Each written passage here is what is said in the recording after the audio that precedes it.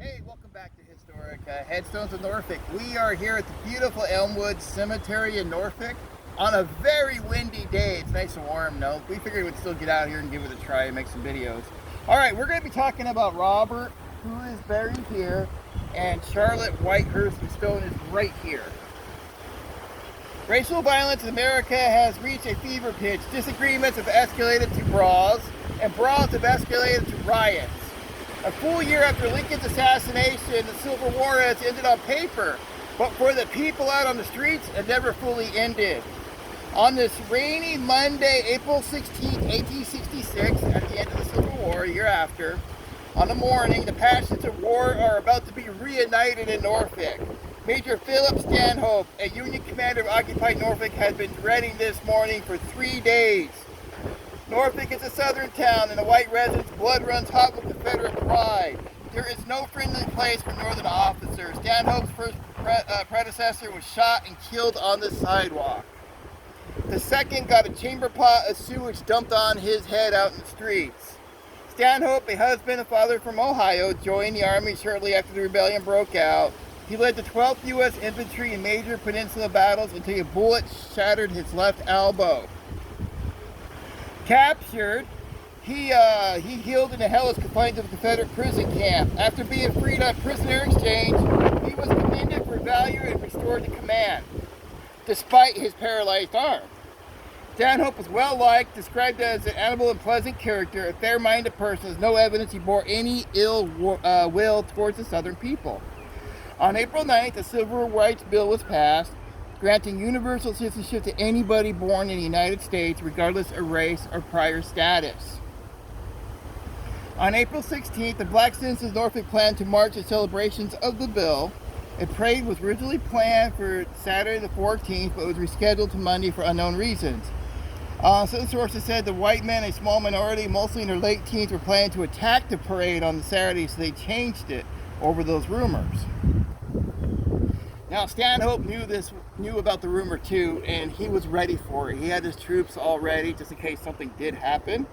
The parade started in the early afternoon. Stanhope rode several yards behind the procession, personally overseeing its security. The march was peaceful. It was peaceful, although some ill-disposed white youths threw bricks at the people that were marching. The procession reached the speaker's stand, where a sudden burst of rainfall dispersed everybody and sent them back home. Now, Stanhope, thinking that the parade is over with and everything is done and everything was peaceful, went back to his headquarters thinking everything will be all right, and he changed it to his dry clothes. But a short time later, he received word that trouble was occurring on the parade ground. The rain was only a brief shower, and the sun came back out, and so did the people. He found a black crowd gathered around a house, and inside a white man lay dead. Immediately, Stanhope ordered a company of soldiers to surround the crowd, keeping them contained within the fairgrounds. A sergeant ordered every marcher with a weapon to come forward before Stanhope. Most were discharged U.S. colored troops who had recently purchased weapons and still had the receipts. The guns were not in firing order or loaded correctly. He even said, "I never saw such a load of that in my life." Stanhope remarked with a particular gun, "I took it away because it was dangerous to anyone, including the owner." 18 rifles, 2 sabers, and several boxes of ammunition were seized, but the guns were not in working order. So none of them did anything illegal. Stanhope questioned the witnesses and discovered that the dead man, Robert Whitehurst, his stone is unfortunately down right now, age 19, had quarreled with a group of blacks several days ago. When Whitehurst saw them again at the parade, he resolved to settle their prior conflict with bullets. He took a pistol from a stepmother's bedroom drawer and fired into the crowd, hitting a random innocent by mistake. A man in the crowd called out, "Rally, boys, rally! There's a goddamn son of a bitch shooting at our men." The crowd rushed upon Whitehurst, another screaming, "Catch that white son of a bitch! Catch him and kill him!" Whitehurst fled home, where his stepmother caught him in the doorway. When she attempted to take his gun away, the revolver went off and shot her in the neck. By this time, the angry mob caught up with Whitehurst and they gunned him down. Stanhope arrived too late. Whitehurst was dead. Entering the house, Stanhope found Miss Whitehurst sitting in a chair with a black servant cleaning her wound. She was calm and stable, telling Stanhope everything she knew about the situation. Miss Whitehurst was then was conscious and she was in right mind. Stanhope would later testify in court that I had no idea she was mortally wounded. She never told anybody. Shortly after speaking to him, Charlotte Whitehurst succumbed to her wounds and expired. And she's buried right here. As you can see Charlotte on her stone.